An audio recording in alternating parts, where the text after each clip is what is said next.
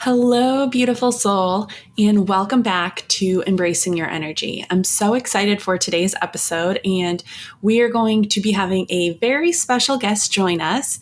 Her name is Maria, and she is a mindset coach who has been helping millennial women deal with anxiety. And after dealing with anxiety herself about 6 years ago, she went on a journey of self-care and discovered that healing requires more than just talk therapy. Through acceptance, shifting beliefs, and communicating with her body, Maria went from feeling constant worry to having a sense of control over her mental health. Now, she teaches these tools to her clients, and her goal is for millennials to recognize the power they have over their mental health and how they can heal themselves without relying on medication, alcohol, drugs, or avoidance. So go ahead, sit back, maybe grab your favorite tea and relax and get ready to step beyond your comfort zone and embrace the stretch as we welcome Maria to the show. Welcome to Embracing Your Energy, a spiritual podcast for women who are ready to break free from the limits they've set for themselves. I'm Jen Murphy, a life coach, mindfulness expert, and your host. I'm here to guide you on a journey of self-discovery and transformation. On this podcast, we'll be diving into visualizing your possibilities, reprogramming your subconscious, and manifesting your desires.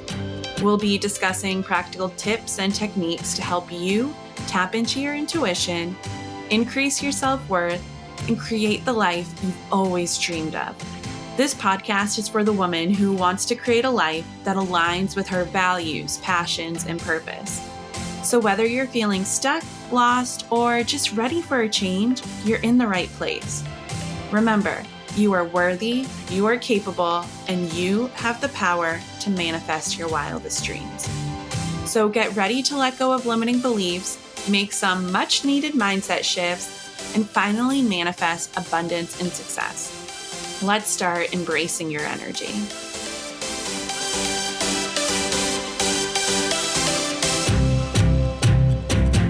Hello and welcome back to Embracing Your Energy. I am joined with Maria, who I met on the Dream Life Immersion retreat with Samantha Daly. And it was a magical experience for me, and I'm sure you also had a great experience, Maria.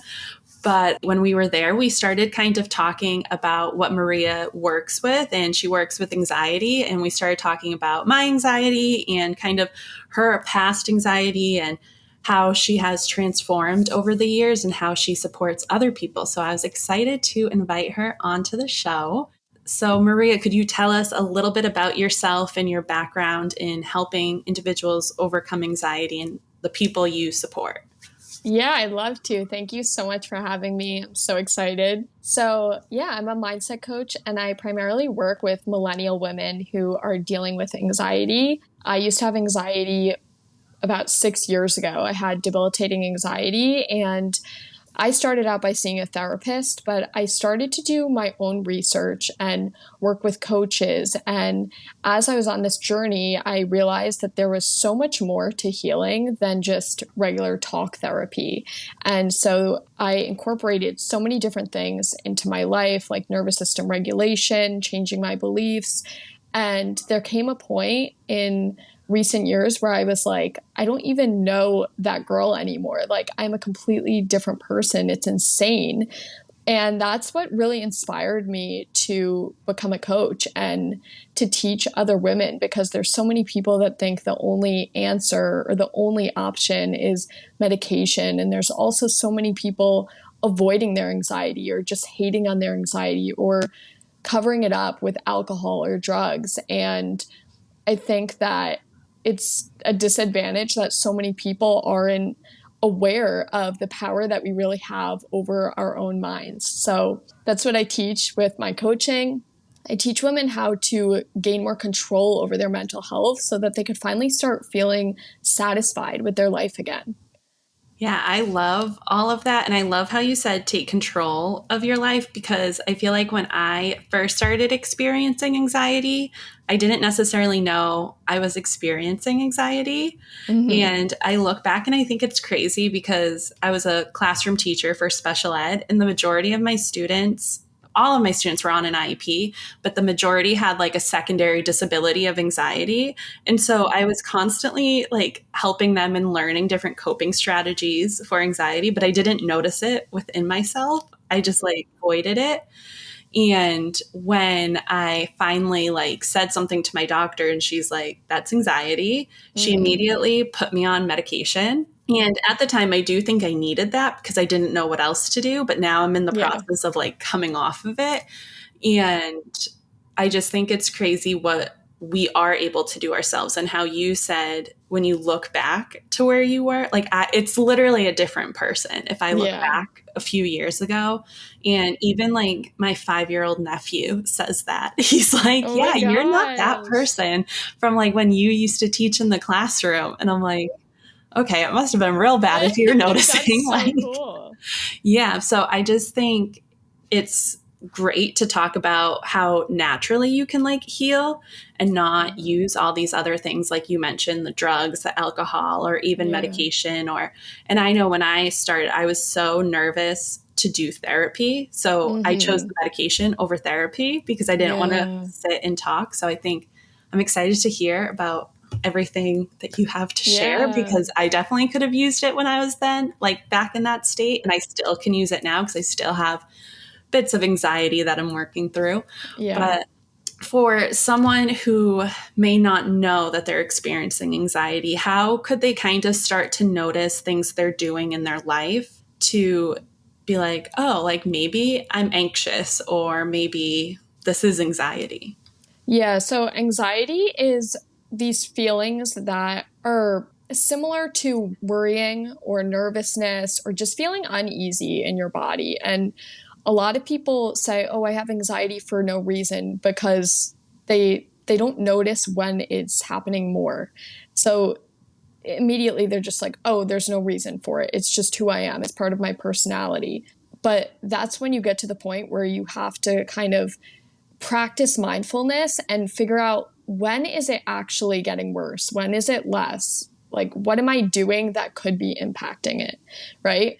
But yeah, I primarily focus with women who have everyday anxiety. So they're experiencing it the majority of the time, and they might have different symptoms, but it all comes down to anxiety, right? But people experience it in different ways.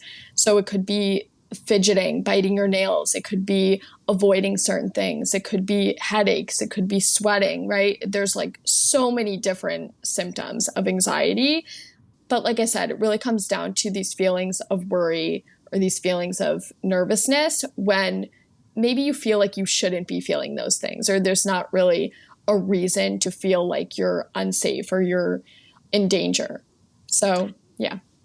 Yeah, no, that's great. And I like how you were kind of talking about getting to the root cause, because I feel like when I first found out by my doctor that I have anxiety, I just thought I just had it. Like I didn't understand what caused it. And I feel like by just going immediately onto medication, I didn't figure out what was causing it. So it didn't necessarily work right away. And so they kept like upping my dosage, being like, it's not working. Whereas if I could have figured out exactly at the beginning, I'd be like, it's because I'm a teacher. That's it. But like, as my journey went on, I realized like what parts of teaching, it was like I was burnt out, I was overworked, like all of that started to lead into it. And when my body started showing me signs of anxiety, I ignored it, thinking it was just like whatever. Like I remember I'd be teaching and my whole like left arm would start shaking, and I'd be like, it's nothing, like let's keep going. And my students would be like, do you need a break? And I'm like, no, like we're good, I need to keep teaching. So I feel like when we're not really sure what causes anxiety, we can just start to kind of push aside all the feelings. So how do you recommend someone starts figuring out the root cause? Like, is it through journaling? Is it through just like tuning into yourself, trial and error, or? Yeah, so definitely it comes down to a belief that you have, right? And that belief is caused by a traumatic experience that has happened in the past. And that experience left you in this place of fight or flight. And your body is saying, I don't feel unsafe. I feel like I am in danger, right? So even if you're not in danger, your body is telling you that because it's trying to heal and it's trying to keep you safe. And so something that really helps is mindfulness practices, things like meditation and things like journaling, because they allow you to focus on the present moment. And the more you're able to focus on the present moment without judging yourself, the more you're able to see things for what they really are and not for what your subconscious is telling you, right? So when we're in these moments of anxiousness and we've been practicing mindfulness and we're very aware, we can see things for what they are and ask ourselves, what about this is making me feel unsafe? What about this is making me feel anxious in my body, making me feel tense, giving me headaches, right? And so that really helps when you're trying to find the root cause of it. Whereas other things might just distract you or other things might just push it away. Yeah, I definitely was guilty of the pushing away piece. Yeah. And one of my students actually showed me this from their therapist. But to figure out more of like the fight or flight is when you take a breath, if you're breathing from your chest or your stomach. And if it's your chest, you're more likely to just be like more impulsive and like more in the fight or flight mode. Whereas like if you take a second to get your breath all the way to like your belly, you're able to like go through it with more of a mindfulness, like attitude and thought and like really think through it. And that really resonated with me. So all of a sudden in the middle of class, we had a bell and I would like ring it. I'm like, okay, everyone, like, where are you feeling your breath? Let's tune in. Oh, that's great. I love that. Yeah. And so that helped me in the moment when I was teaching them how to do it, to really tune into myself and just notice, like, am I immediately like pouncing on every little thing? Yeah. And I started to like write it down in my notes app, like, this kind of made me like super tense. And then later on, I would go home and I would do shadow work with it and just kind of start digging into my root cause and trying not to put any blame on myself for feeling that way or for having that thought, because like you mentioned, it's all like the mindset and the limiting beliefs we have and like the programming that's in our minds. And knowing that that thought doesn't have to stay that way, I like have the capability to change it. Yeah. So how would you recommend someone to start changing up their thoughts once they start to recognize that I'm thinking this and it causes all this anxiety and maybe I need a mindset shift, but they don't know how to shift it? Yeah.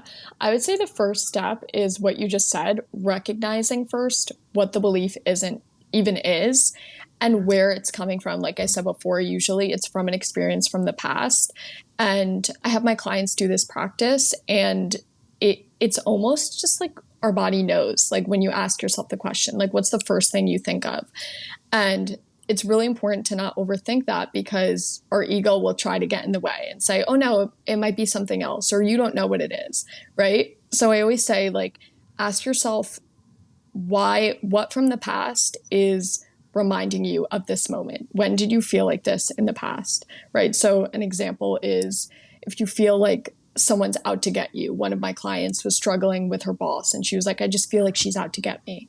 And so I said, okay, well, what's an experience from the past when you were a kid where you felt like someone was out to get you?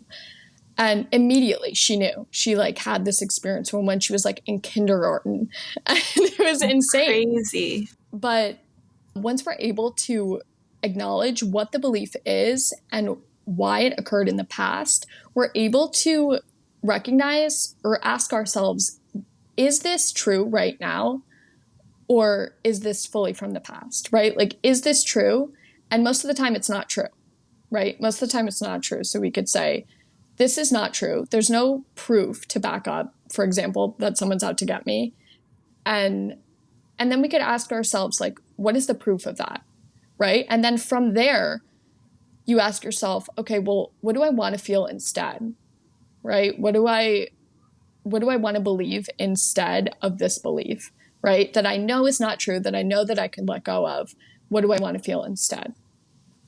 I love that. And like figuring out if it's true right now, I'm definitely guilty of that as well. I'll be Mm-hmm. like down this whole, like, for instance, starting this podcast, I definitely had some anxiety around it. And I think it just trickled back to starting like a new job, like, or going to the first day of school. Like everyone's just a little bit nervous to get Yeah. started, but realizing like, is it true right now? Like, is something bad going to happen? No. Yeah. Like, I just need to go for it.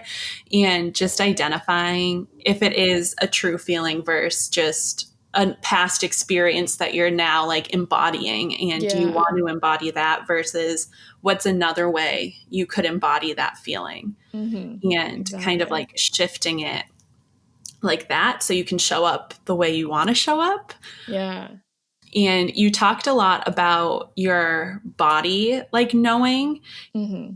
So you also, I believe, talk about the connection between like movement and mindset. Yeah. And so I was wondering if you could go in a little bit more about that because I'm interested in knowing Yeah. more about that. And I'm sure other people are too. Yeah, absolutely. So I talk a lot about movement, and I use the word movement because a lot of people are not educated. Well, most of us are not educated on nervous system regulation, which is key when it comes to healing from anxiety.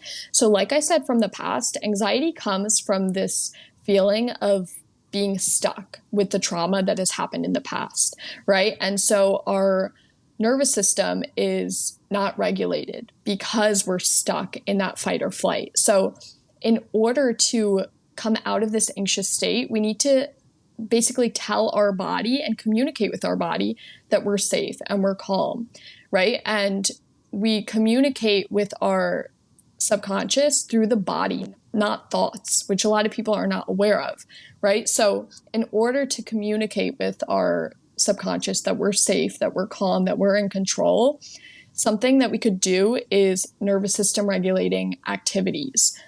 And so, as I learned more and more about nervous system regulating activities, I realized that the majority of them involve movement, some sort of movement in the body. So it could be swaying, it could be tapping your body, it could be shaking.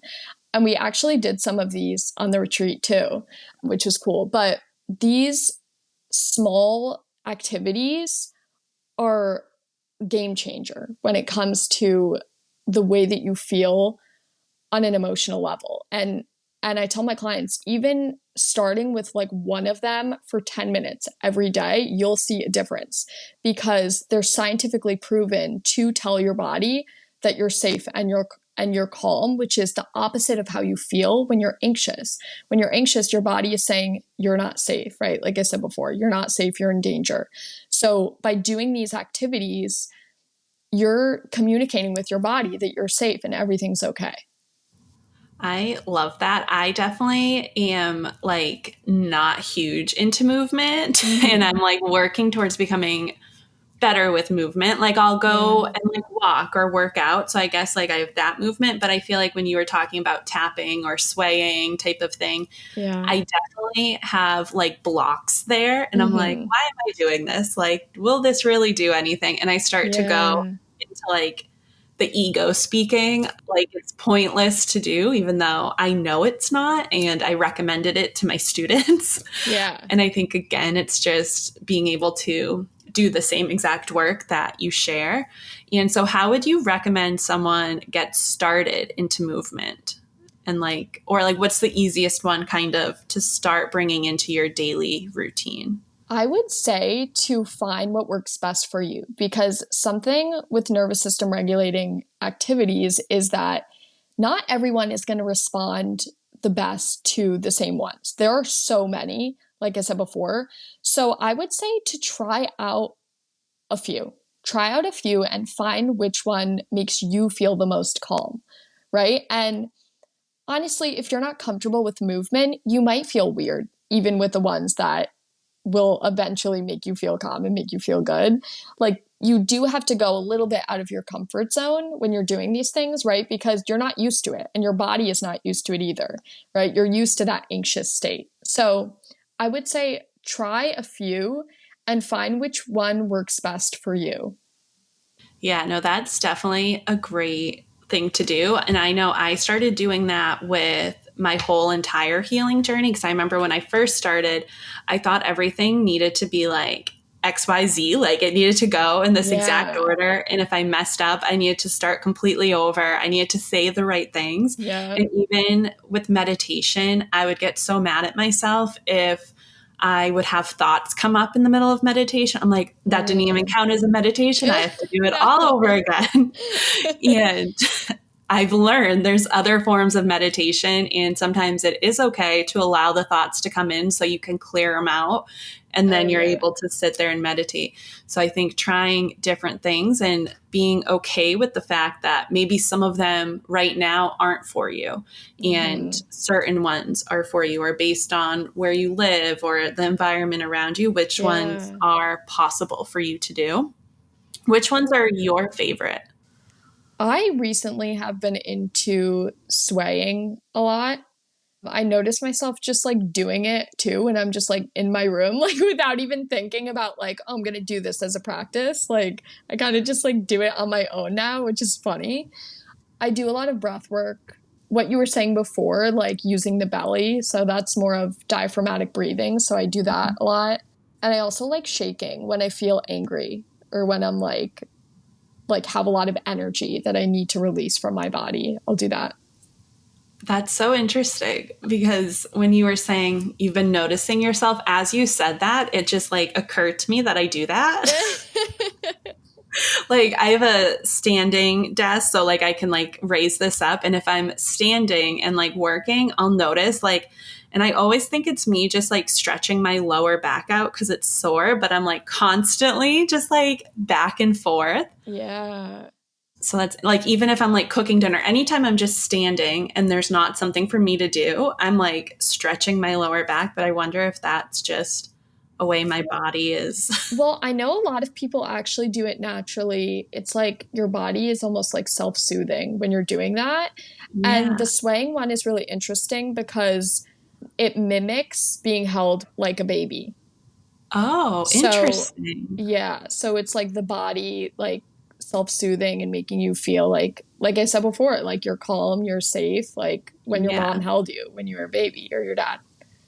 Yeah, that's crazy. Yeah. It's just crazy how it all does come back to like when you were younger, and especially how you're raised and like the environment you're raised in and the conditions you have, how that really can affect your future and like the trauma you hold. And I know I worked with my students through a lot of that, especially the ones dealing with like heavy trauma, like heavier. I feel like all trauma is heavy, but like the ones that are in like 6th grade and they barely can even like show up to school because of their trauma. But figuring out the different movements, I feel like I'm going to start incorporating that more. Yeah. I definitely need to. Yeah. I don't know. I'm always like nervous with movement because I'm not sure what to do, but I like how you said to just like do it and do what feels natural. And you mentioned how on the retreat we did it, and I definitely on the retreat was fully out of my comfort zone during those because I'm not used to it. But I always felt great afterwards, but I haven't done it since the retreat. So maybe I'll do it tonight. You should. And what's cool about it too is like all these things, you're most likely going to be doing them when you're like alone in your room. Or if, like you could do them in your bathroom too, right? You're not going to be like doing this in front of an audience or in front of like a group, like your family, right? Like there are things that like again, it could take like 10 minutes. It doesn't have to be like this long period of time, but it's just like these short practices that you could do when you're alone. And, you know, you could look stupid. You could look like an idiot. Like it's okay. Yeah. Oh, I love that. And I have been trying to do like mini dance parties in my room by myself. So I guess I have been doing movement, but I definitely shut off every single light in my room and put headphones on so I can like block everything out. And I'm like, okay, let me just like, even if I'm walking. So I guess I do it without necessarily knowing that's what I'm doing. Yeah. But yeah, it sounds like it. I'm wondering, because at the beginning we were saying one of the things with anxiety, it might be like shaking your, like tapping your leg or like shaking your leg. So is that also a form of movement that our body is just like regulating ourselves? Or is that? It can be both. Like I said, it's different for every person. Like not everyone does that, you know, like for me, like I'll bite my nails. Not everyone is going to do that though. I'm definitely a leg tapper if I'm like super stressed. Yeah, I've done that too before. But yeah, it really depends on the person. But yes, shaking the body is a way to release. So do you think that is your body like trying to shake it like itself to try to heal? Yeah, I mean, I think all of these different things that we're saying, right, by biting our nails, like shaking our body is telling us again, like, you're not safe. It's like these signs Yeah. that, like, your body is trying to communicate with you, right? And that's the issue with anxiety with a lot of millennials. Like, people, like, no one taught us that. Like, no one No. taught us that. So we're just like, oh, I'm just biting my nails again. Like, whatever. I just have anxiety, whatever. And I've said this before to one of my clients, like if your best friend was like tapping on your shoulder and was like, you're not safe here, you're not safe, would you just like be like, shut up, like avoid her and like, or like run away and not say anything? Or would you be like, why am I unsafe? Like, what can I do to be safe? Like, what's going on? Right? Like, Yeah. so why are we just No. like running away from our anxiety or trying to mask it or avoid it or cover it up when that's not going to solve the issue, right? But the problem is most people weren't taught that. I know I wasn't taught that growing up. So, like no No. one knows. Yeah, no one knows. And like I know, well, I don't know, but I know from working in the classroom, like I did have to teach mindfulness, but I also didn't have any background in it. I was given a book to just kind of teach, and I learned more when I did my yoga teacher training. And Yeah. the whole reason I did it was set up for educators who had students like mine with the same disabilities. So students that had the same disabilities of like the emotional disturbance and the trauma, a lot of them get to start learning about this, and they do have like clinicians in their program to kind of talk them through it. But I also think it's crazy that we separate them, and like we do teach them that, but also all the students should know how to do it, because Yeah. my students were not the only ones with anxiety, let me tell Oh, you. yeah. Like Completely so agree. many. Like everyone should know this. Yeah, and just like even teachers needed to know. Like looking back at some of my coworkers, I'm like, you were like a ball of anxiety and you need a breath. Like, but it is crazy how much people are scared of bringing that into schools. Yeah. And I remember when I just started, I had like a bell, like I said earlier, and any student could hit it. So anyone in my classroom, if they were feeling overwhelmed or anxious, they could hit it. And all of us would take like a collective breath together, I no love matter who hit that. it, if it was me or someone else. And my principal walked in one time and he confiscated my bell. And I had to go and explain to him why we Oh needed it my and that it wasn't that bad. It gosh. took a second of class, like compared to that. Because if my students had behaviors that would end up, they'd be like breaking windows, throwing desks across the room. Like my room was always getting destroyed. So if we could take 3 seconds to breathe and they might not do all that, I was like, I don't get the point. Oh, that Like, makes me give me my so bell angry, back. Jen. That makes me so No, mad. and I know not all schools are like that, because one of my previous jobs is the one that taught me about the bell. But I just think it's Wow. crazy how like adults can fear it so much Yeah, that it then influences people around them. absolutely. Yeah, that just, I don't know how that just came up in my mind, but it just like triggered that Yeah, to be like, that's just insane. breathe. But I know, I was like, how is this bad? Like the students swearing at you, but they won't if we just take a few breaths together, Yeah. like, because they can calm themselves and they're not in the fight or flight. hmm But speaking of like calming yourself, how do you recommend, because a lot is happening in the world, like especially in America, we're a very fast paced hmm like lifestyle. What techniques or strategies would you recommend to start incorporating more of like a calmer, not necessarily like that you have to slow down, Yeah. but just to be like more mindful about what you do? I would ask yourself with the habits that you currently have, is this supporting an anxious lifestyle or is this supporting a calm lifestyle? Because a lot of times, especially with this generation, we just are in this like autopilot mode, right? And like we don't even realize, we'll say that we have anxiety, we'll say that anxiety is a part of our personality, but we can't stop and acknowledge what we're doing that could be making our anxiety worse, right? So like anxiety hides in our habits. And so when we're able to actually reflect for a moment and sit with it and say, okay, well, is this helping my anxiety or is it making it worse? That's like the first step into changing the habits that you currently have that are keeping you stuck in that place of anxiousness. That is so good. I loved like the anxiety hides in our habits because Yeah. I've never thought of it that way, but it's so true. Yeah. And to just like sit there and kind of go through your habit. Have you ever read Atomic Habits by James Oh, Clear? it's one of my favorite books. Yeah, and the habit, I know, I feel like I've reread it a million times and I Yeah. have it on audio just when I want to listen to a So part. good. But especially the habit circle and like thinking, or the habit loop and Mm-hmm. thinking like the cue, routine, and reward. And like, is this a habit of an anxious person or of Yeah. who you want to embody? And like, maybe it's the lifestyle you're trying to manifest. Are you Mm-hmm. embodying the habit of that, or are you embodying the habit of an anxious person? Yeah. I feel like I need to deep dive into all my habits right now. Just like, Yeah. which ones can I get rid of? Yeah. Do you think by going through your habits, you'll ever fully, like, I don't want to say fix, that's not the word I'm looking for, but you'll ever like get over your bad or like not the best habits? Do you think there's a way to eventually stop doing the work? I think is what I'm trying to say. Like, eventually get to a point where you no longer have to keep working on yourself to release all the habits that aren't serving you. You're saying the habits that are causing the anxiety? Yeah. Do you think there's ever like a stopping point that you're like, yes, I finally fixed everything?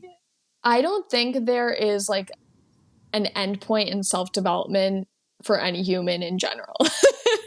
I agree. However, I will say that when it comes to everyday anxiety, there certainly is that Yeah. point where you have gone through all your habits and you're so aware of what makes Mm-hmm. you feel anxious, what makes you feel calm, what makes you feel in control to so you get to this point where you're like, okay, like I'm very aware and I'm consciously going about my day to day doing things that make me feel good and make me feel calm. And I think that was a big part in my transformation, like, and my journey from having everyday anxiety to having the sense of control over my mental health that I didn't even think was possible, to be honest. And I always say, too, like, you're never going to be anxiety free. No one is anxiety free. Anxiety is a normal feeling to have from time to time. However, it shouldn't be holding you back and you shouldn't be feeling it every single day. So, like I said, it definitely changing the habits and having this awareness over your habits will get you from this point of everyday anxiety to feeling in control. But I don't think you necessarily need to think of it as like, oh, this is the stopping point in like my growth or in my work in this area. Yes, I 100% agree with all of that. And I think it's really interesting how you said you're never fully free of anxiety. Because I feel like when people go on like a healing journey or start to like do self development, they always hear, or like if they're manifesting, they have to be high vibe energy, like Mm, positive all the time. And I think it's so important to realize that's also toxic, to like never yeah. notice your other emotions that are happening, because you are human and you do experience all the emotions, but learning how to embrace each emotion and not let it necessarily take over your everyday life. Yeah. I love that. Like, I definitely a few years ago, let anxiety fully take over my life. Mm-hmm. And as I said, I'm still have anxiety. And I think, like you said, I'll always have anxiety, but the amount of anxiety I had and the percentage of my day that was controlled by anxiety Mm-hmm. has drastically dropped. Yeah. And noticing when anxiety comes up, I'm able to go into one of my like coping strategies of like, Mm-hmm. do I need to journal? Do I need to go for a walk? Do I need to go Yeah. breathe fresh Yeah. air? You have this like Type of new sense thing. of awareness. Yeah. So like waves of anxiety will still come up, but I now know some things I can do to like Mm-hmm. kind of listen to the anxiety, figure out like what it's telling me, and tell my body I'm safe and that I can move on. Yeah. I love that. So yeah, I think it's so important to realize it won't be going away. Good amount of it goes away. Like it's no longer your whole life, like your identity. So what would you recommend to someone who is starting to kind of go into the work of going through their habits and going through figuring out their triggers of anxiety and what is like causing it? How would you recommend they begin?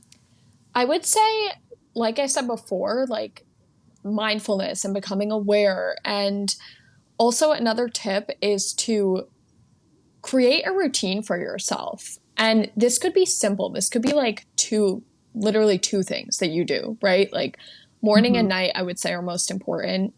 Pick two things that make you feel calm and make you feel in control and choose to do those two things in the morning and night. They could be different in morning and night, but start to make that a habit, right? Like every single day, because first of all, the night routine is so important because it preps you for the entire day ahead.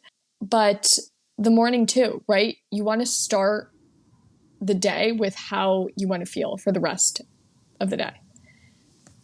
100%. I didn't realize how important a night routine was until this past year. I constantly would wake up for this like ideal morning routine of what I was going to do. Have you ever read the book Miracle Morning? No. I forget who wrote it. It's a good book. However, it gives you like 6 steps or something of, I think it like spells out miracle. It spells something out, and each letter represents a thing you should do in your morning. And ideally that would be great. But for me to actually implement it, it was like 3 hours long. And so I would always tell myself like I'm off to a bad day because I didn't get through all the letters. But one of the things that made it so I couldn't get through it was I wasn't getting enough sleep because I wouldn't go to bed. Yeah. And I would lay down to sleep, but I would have all these thoughts that would be like everywhere. And I'd be up for several hours not going to bed.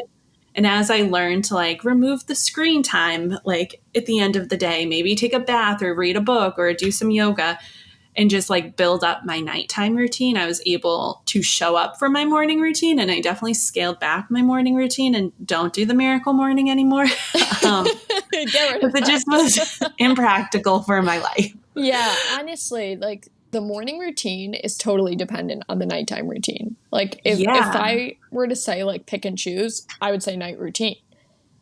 100%. Like I need to get my night routine down or else I know I'm not showing up the next day as like my best self. Yeah. Like there's something happening. Like I just know I won't sleep well, which then sets me up for the next day. Same. So as people are fixing or working on creating a night and morning routine, do you think that they should be implementing the exact same routine every day or like kind of switching it up to figure out what works well?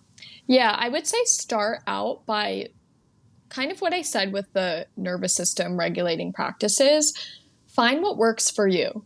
Like you were saying, you had this whole list and you weren't keeping up with it, right? Like so many people struggle with that because they try to force things on themselves. I've done the same thing that aren't feeling good to them. And they're like, oh, it worked for her, so I should be able to do this. Like, that's not true. So I would say try a few different things and find what works for you. And don't beat yourself up if you don't seem to be responding well to one or two of the things that you're trying, right? Like, you got to figure out what works for you. So yeah, I wouldn't say start off with like 3 and make sure you do the same 3 every single time. Yeah. You got to find what works best for you and what's going to make you feel good the next day. Like also another thing is like, you have to be a little disciplined with yourself, right? Because like when you're starting out a new habit, you're not going to respond well right away. It's not going to be easy to do. But for example, like going to bed early, that's something that I've struggled with. But I know that I feel so good when I wake up really early, right? So I keep trying to do it again and again. So yeah, there definitely is that level of like uncomfortableness with it. But I would say also focus on why you're doing it. Like, what is the end result? Like, what is the reason why you want to do the habit, and not just think like, oh, I'm going to go to bed early. Like, I need to go to bed early. For me, it's like, oh my gosh, I'm going to wake up so early and I'm going to feel so productive and I'm going to feel so good because I can work out and I'll feel like beautiful in my body. Like, once I'm like consistent with this, right? Like all these different things are the end result. So it's not just me thinking like, oh, gotta go to bed early. It's me thinking like, oh, I'm going to be such a better person because I'm doing this. I love how you were saying, think of your why, because I feel like a lot of people build their morning and night routines off of social media and like what other people do. And it just may not resonate with you. I know I was like guilty of that, trying to build this ginormous morning routine when I would leave my house at 6 a.m. Like it was just impossible. And I'd be going to bed at like 1. I'm like, yeah, I can fit this 3-hour one in if I just wake up at 3 and like, I'll be good. And then I'll be like no longer burnt out. And literally just fueled my burnout. But I also think it's good how you mentioned you don't necessarily have to stick with the same things every day. Like there's no rules saying it has to be the same, but also to be disciplined enough to at least put in the effort to try each thing. Exactly. And I think it's important to kind of break it down. And I think of it almost like when I would write my students' IEP goals, we would have this overall vision of where they needed to be in a year. And we'd break it into basically the baby steps of how to get there. So when I started making my night routine, because I used to go to bed at like 4 a.m, and it was not good for anyone. And I was like, I can't just start going to bed at 9. Like, can't do that. And so I started by just being like, okay, I'm going to like wind down at midnight and I can still go on my phone. I can still do everything. I'm just going to like get into my bed at midnight. And then after I built the habit of getting into my bed at midnight, I started removing things. So I was like, okay, no phone. And then once I finally built that habit of no phone, I was like, okay, now I'm going to read a book instead. So like I slowly built it back. And over, I would say the last year and a half, I now go to bed between 9 and 10. And I have this whole like ritual. But if you looked at my life like a year, 2 years ago, it was not like that. But I think if I tried to just do the 9 o'clock one, like go straight to bed at 9, there's no way, even if I did it for like 5 days, there's no way that would have stuck. So being realistic with where you currently are and where you want to go and what actually are the stepping stones to get there. And it's all like little mini habit loops that you have to build up. Yeah. And I think he talks about that in Atomic Habits too. Like, if you that's probably where I got it. I think like one of the examples is like, if you want to make a habit of going to the gym every day, start by just putting your sneakers by the door every night. And even if you don't go to the gym the next day, like you still completed the first step. You put your sneakers there to prep. And that ends up becoming the new cue. Like as you go into the loop. Exactly. No, it's so once I read that book, I re-looked at every habit of my life. But now I feel like I'm going to look at the habits of my life again and be like, are they anxious habits or are they like empowering habits? Like, what do I need to work on? So small little action steps can end up leading to the bigger results. So what do you think people should be striving for? Do you think it should be based off of like societal norms or more so off of themselves and what they actually want in life? You know what I'm going to say. I feel like the reason I'm asking this is because when I first started my journey, I thought my whole entire thing had to be based off of societal norms. So I started trying to research like I'd go to Google, like what time should the average person this age go to bed? And I'd like start to find all of that instead of just like taking an account of my own life and like embodying myself. But I didn't understand that I could that I had permission to do that, to like do myself. And I think one of the reasons why I feel so good about my mental health now is because I'm constantly thinking, does this feel good in my body? Like as simple as that. Does this feel good in my body? Or does this not feel good? Does it feel forced? Is it making me feel more anxious? Is it making me feel like not good about myself? So that's such a good point that you made, because so many people feel that way. I'm sure I have, like, multiple times in Yeah. my life. But yeah, I would really ask yourself, like, how do I want to feel, and get specific with it. I like using the emotional wheel too to get really specific on like how I want to feel. And then I kind of like work backwards and I'm like, okay, well, what can I do to feel more of that? Right. I love So that. yeah, a lot of that, and a lot of just like listening to my body. And also when I'm in those moments of anxiousness or in those moments of like fear or anger or anything, I don't respond how I used to. In the past, I would be like, oh, I got to get rid of this. I got to be positive. Mm-hmm. Like you were saying before, like I got to be That was positive all the definitely time. me. I got to. And now I'm just like, okay, this is valid. This is valid. Like I have a reason to feel this way. And I'm going to let myself feel this for a little bit. And then I'm going to get out of it when I'm done, like expressing it. So that's also like really helpful.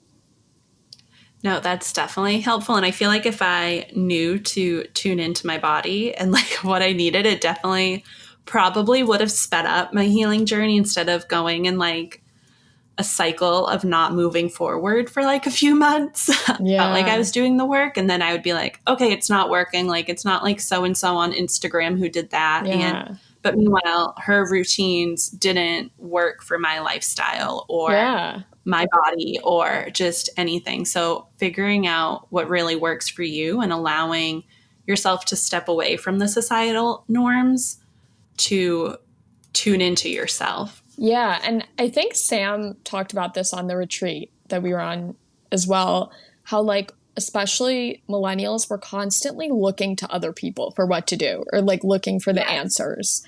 And so, like I said, like so many of us struggle with that because we're just conditioned to be like, oh, I got to look at my favorite influencer to figure out my routine. Or I got to look to this person on TikTok to tell me like what I should be eating, right? Like all these things, when all we have to do is like turn to ourselves and be like, what is best for me? How do I want to feel? What am I going to do? That took me so long to understand. Yeah. And I think of it as I would always think back to my students, and they were all over social media and what they wanted. I feel like when we were younger, at least myself, we didn't have all of social media. So we would only compare ourselves to the people around us. But now people are online comparing themselves to people in different, like even different socioeconomic statuses. Like they're like, oh, I'm not like Kim Kardashian. Well, you also don't have the same like means as Kim Kardashian to live that way. Yeah. Like, yeah. But they're not seeing that and they're comparing their life to that. Whereas we were just like, oh, like that girl in my gym class does this. Like, and meanwhile, we probably were more on the same turn. Like, yeah. So I think just being able to take a step back from social media is also very helpful. Oh, yeah. So as we come to a close, I wanted to ask, what has been your favorite manifestation to date? Like, what's the best thing you've done in your eyes? I would say with manifestation would probably be the part-time job that I have now that I manifested while I was starting my coaching business. So I was working full-time at the same company, and I decided that I want to really focus on my business and get my business started. And I was like, I need to leave the 9 to 5 right now, at least, because I need more time. I need more energy to do my own business. So I told my boss that I was leaving the 9 to 5, but I also created a PowerPoint and I love this. I was like, I have an idea for you. And I totally pitched a brand new role at the company that didn't even exist. I explained why our company needed it. I backed it up with data and explained why I was the best fit for it. And they hired me. And that is they amazing. gave me full-time benefits. I got an hourly rate higher than I was even expected. I got the freedom to work at whatever time I wanted to during the week. just so many things. Like there were so many things involved and it happened in like 2 weeks. It was insane. Like the way that it all happened, my boss was so for it, like so supportive, so many things. Like I have like an uncapped, is that the word? Like I'm able to work as many hours as I want. Like there were just so many things about it that I wasn't expecting. But what I also realized when I was thinking about this recently was like, I went into the process being like, I'm going to make this work. I don't know why. I just knew it was going to work, even though it was ridiculous and no one had ever done it at my company. There was no one even working part-time at my company. But I just went into it being like, I'm going to make this work. And as you know, like that's so important when it comes to manifesting anything, like the certainty that you have and going into it with this abundant mindset instead of being like fearful of what's going to go down.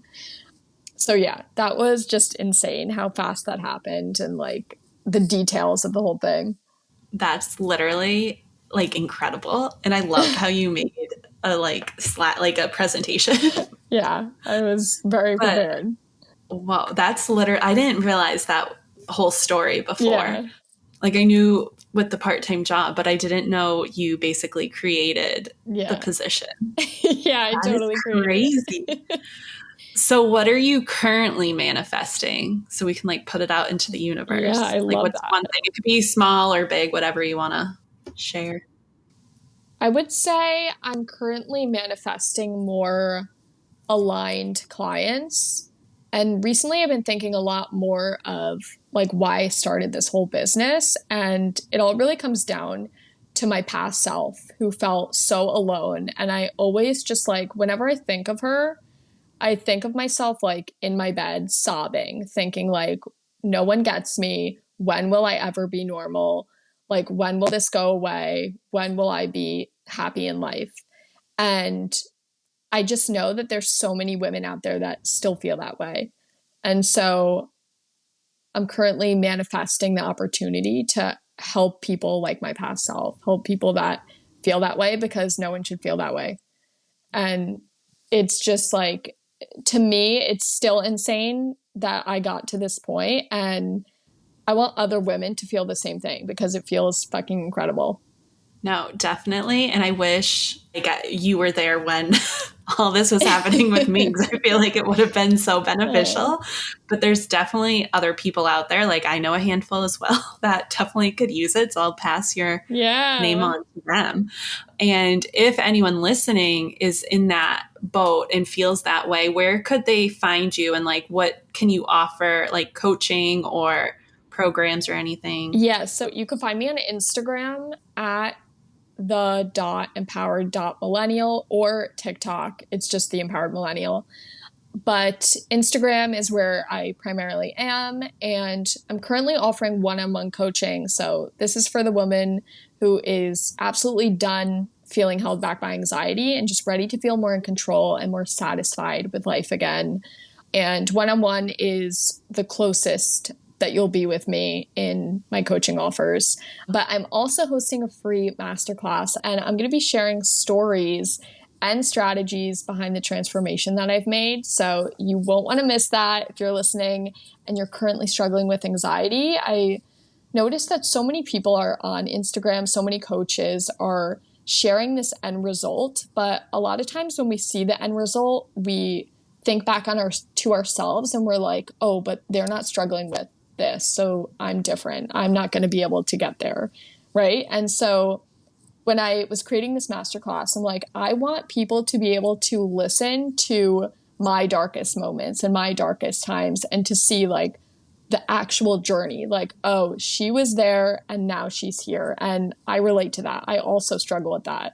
Yeah, so I've never done that before in a masterclass, but I'm really excited to share some of my stories and the things that got me to where I am right now. Yeah, no, definitely go check it out. And I'll leave all the links in the show notes of the episode because I know like finding people on Instagram is hard, especially with like dot. Like I have a dot in mine and people get confused and they're like, so I'll leave all of Maria's links in the show notes So you can follow her and you can check out her information and learn more from her. And I'm so happy you were able to join us today. I feel like I learned a lot. I have a lot of work I want to go do now on myself. Oh my gosh, I love that. Thank you for having me. This is awesome. Yeah. So if you also enjoyed the show, be sure to share it with friends or family. Or if you're on Instagram, you can share a screenshot of it and tag both Maria and I so we can spread more positivity, growth, and empowerment. And thank you so much for tuning in and chatting with Maria and I. And don't forget to tune in next week for another episode of Embracing Your Energy, where we will explore ways to embrace your energy, grow, and live your best life. And until next time, just keep being you and shining.